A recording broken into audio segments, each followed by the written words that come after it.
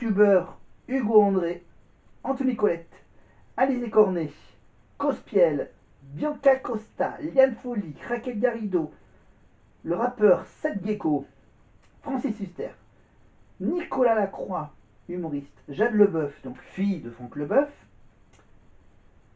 On a le TikToker Lock5, Adil Rami, Dominique et Sophie Tapi, la mère et la fille.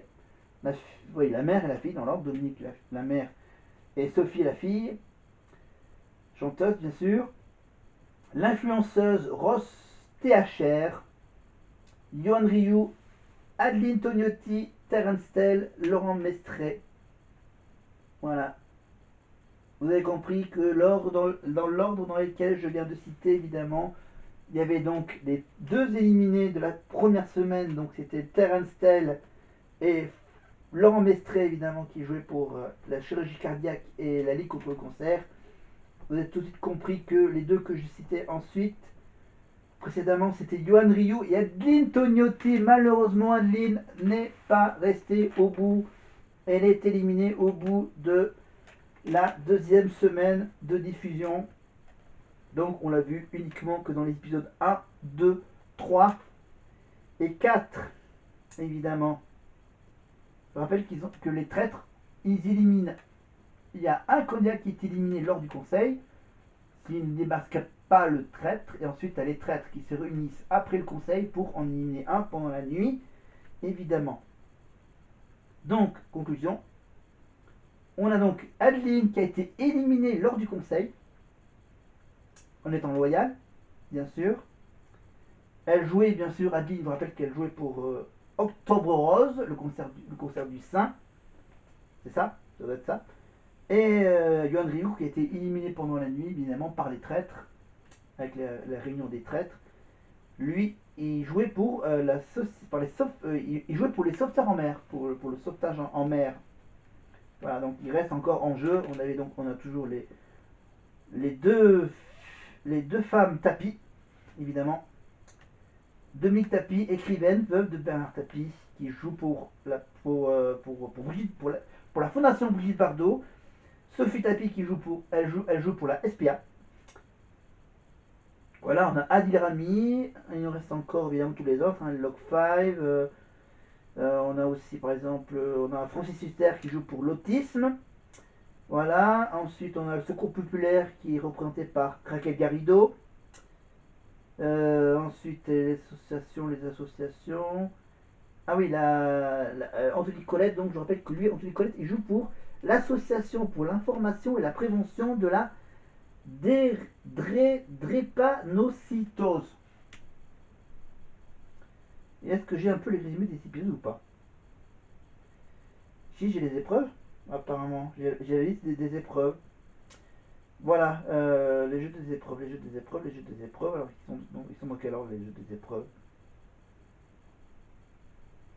Voilà. D'accord. Mhm. Alors, l'épreuve spéciale numéro 1 était collectif. Il fallait trouver des cercueils. Alors, l'épreuve collective. Si le groupe gagne l'épreuve suivante collective, enfin bref, voilà, faut regarder sur 6 play, sur 6 plus. Alors, c'est sur M6 plus. M6 plus max. Évidemment. Voilà, M6 plus. Vous allez sur les traîtres. Vous sélectionnez la saison en cours. Et vous sélectionnez donc les épisodes. Voilà, parce que c'est un peu compliqué à expliquer. Sur Wikipédia, c'est vachement bien résumé. Voilà, voilà. Donc voilà, donc Adeline est éliminée donc. Voilà, pour ceux qui étaient fans d'Adeline, donc vous pouvez retrouver donc les 4 épisodes dans lesquels elle joue le rôle de loyale dans les traîtres, Adeline. Voilà. Et j'espère qu'elle va revenir pour prendre son rôle de prof de chant. Ok? Allez, on revient avec la deuxième partie. La suite du premier prime, de la première partie du prime des profs pour le mois de décembre 2024. On écoute Nikos. Les performances de nos académiciens ce soir. Des académiciens doublement gâtés puisqu'une grande star les rejoint sur scène. Ils adorent ses chansons, ils l'admirent pour sa présence, son charisme. C'est toujours un événement quand il est sous les feux de la rampe.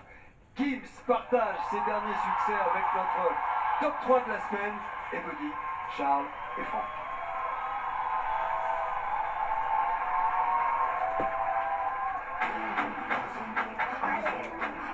Alors, pendant ce temps-là, moi, je cherche un truc... alors, une série intéressante ou une séquence de série intéressante. Alors, on avait joué sur Dallas. Et là, on va jouer sur quoi?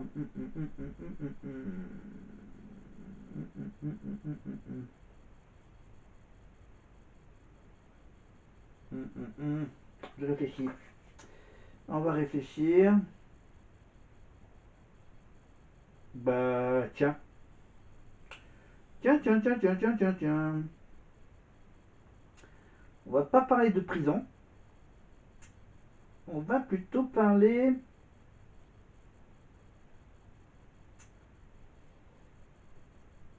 je crois que je n'ai pas posé de question sur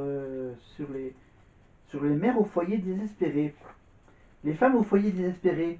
Évidemment, on parle de la série d'Eva Longoria, évidemment, et Desperate Housewives. Une série qui est également disponible, bien sûr, sur la chaîne Teva.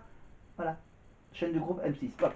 Je crois qu'il est sur Teva, la série Desperate Housewives. Donc voilà, une série qui parle beaucoup aux femmes au foyer désespérées.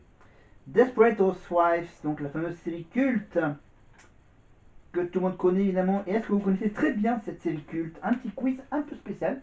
Pendant que le prime des profs se passe tranquillement, on va passer à mes petites interrogations. Voilà, parce que à force de vous parler de deux émissions, donc de Danser avec les stars et des traîtres, évidemment, donc la semaine dernière je vous ai parlé de la Star Academy québécoise. Et je rappelle que la tournée de la Starac, bien sûr, est toujours en cours. La tournée Starac continue également. Je crois qu'ils font une pause. C'est ça, ils font une pause. Je crois qu'ils rattaquent au mois de mai, c'est ça, non? Ils rattaquent... non, ils rattaquent le 25 avril à Caen. Voilà, le 25 avril à Caen, le 26 à Douai, le 27 à Rouen. Ah oui, là ils font juste hop, un petit week-end comme ça pour finir le mois d'avril. Et ensuite, hop, ils font une semaine de repos pour le 1er mai. Et ils rattaqueront donc après le 8 mai, donc avec le petit week-end du 8 mai, le petit pont du 8 mai, avec bien sûr le 9 à Strasbourg, le 10 à Dijon et le 11 à Saint-Étienne. Voilà, avant de revenir bien sûr le 15 mai à Caen, le 17 à Brest, le 18 à Nantes. Et la veille de mon anniversaire, la veille de mes 41 ans, ils seront à Grenoble. Le jour de mon anniversaire, ils seront à Toulon. Le 23 mai, le 22 mai à Grenoble, le 23 à Toulon, le 24 à Montpellier, le 25 au Dôme de Marseille, évidemment, chez Ulysse, c'est ça. Voilà, chez Ulysse à Marseille. Le Dôme de Marseille. Et ensuite, bien sûr, ils remonteront faire un petit concert le 31 mai à l'ING Arena de Bruxelles. Avant de finir le dernier mois, les dernières semaines à Reims, Poitiers, Nantes, Rennes, Paris, Lyon, Montbéliard, Lille, Amiens, Bordeaux, et bien sûr, la date à ne pas rater, le 28 à Toulouse, bien sûr, et le 13 juin, bien sûr, sur TF1 en direct de l'Accor Arena de Paris, le concert de la Starac, évidemment en intégralité, évidemment qui sera évidemment interrompu par 2-3 pages de pub. Ce qui n'est pas le cas, bien sûr, pendant les vrais concerts, il n'y a pas de truc genre on revient juste après la pub.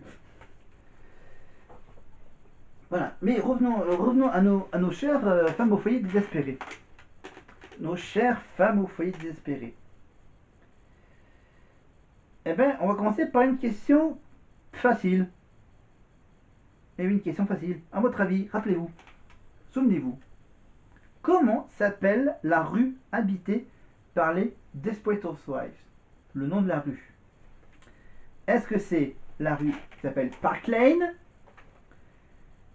Cherry Lane, Wisteria Lane ou Wasperia Lane? Park Lane, non, je vais juste dire le premier mot. Est-ce que c'est Park, Cherry, Wisteria ou Wasperia? Trop facile. Ou sinon, je peux vous proposer une question un peu moins facile. Question 2 de ce quiz des Desperate Housewives. Moins facile. Alors, on sait le nom de la rue, mais la rue, dans l'histoire, c'est dans quelle ville? Dans quelle ville habitent les Desperate Housewives? Est-ce que ça se passe à Los Angeles, à Sunny Valley, la vallée où il fait beau? Est-ce que c'est à Fairview ou est-ce que c'est à Wichita? Los Angeles, Sunny Valley, Fairview ou Wichita? Ouais. C'est vrai qu'on fait pas trop attention au nom de la ville. Parce qu'en fait, on doit vachement bien connaître le nom de la rue, mais la ville, si, ils le disent aussi régulièrement que le nom de la rue. Question 3 sur les Desperate Housewives. Ah, alors là, faut bien observer le générique. Question 3. Pas de triche. Hein. Lequel de ces éléments ne passe pas dans les mains de l'une des actrices principales durant le générique de la série? Est-ce que parmi ces éléments, il y en a un qui ne passe pas dans les mains, qui n'est pas dans les mains de l'une des actrices? Est-ce qu'une des actrices a dans sa main un téléphone, une boîte de soupe Campbell, un balai ou une pomme? Lequel de ces objets n'est pas tenu par une des actrices dans le magnifique petit générique au début de chaque épisode? Est-ce qu'une des actrices ne tient pas un téléphone, une boîte de soupe, un balai ou une pomme?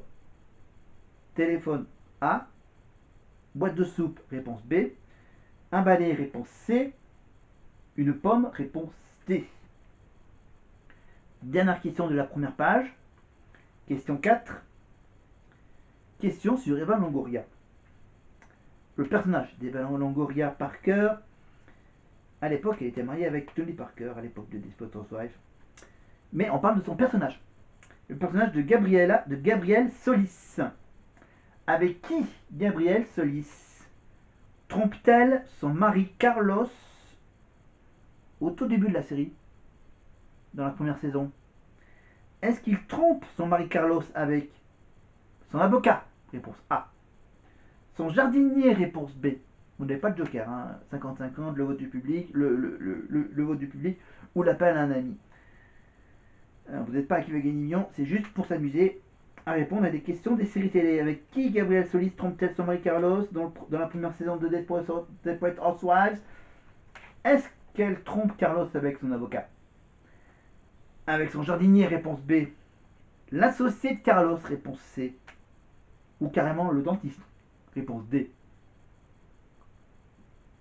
Est-ce que dans la série, il y a l'apparition d'un avocat, un jardinier, je vous en aime beaucoup, un associé de Carlos ou un dentiste?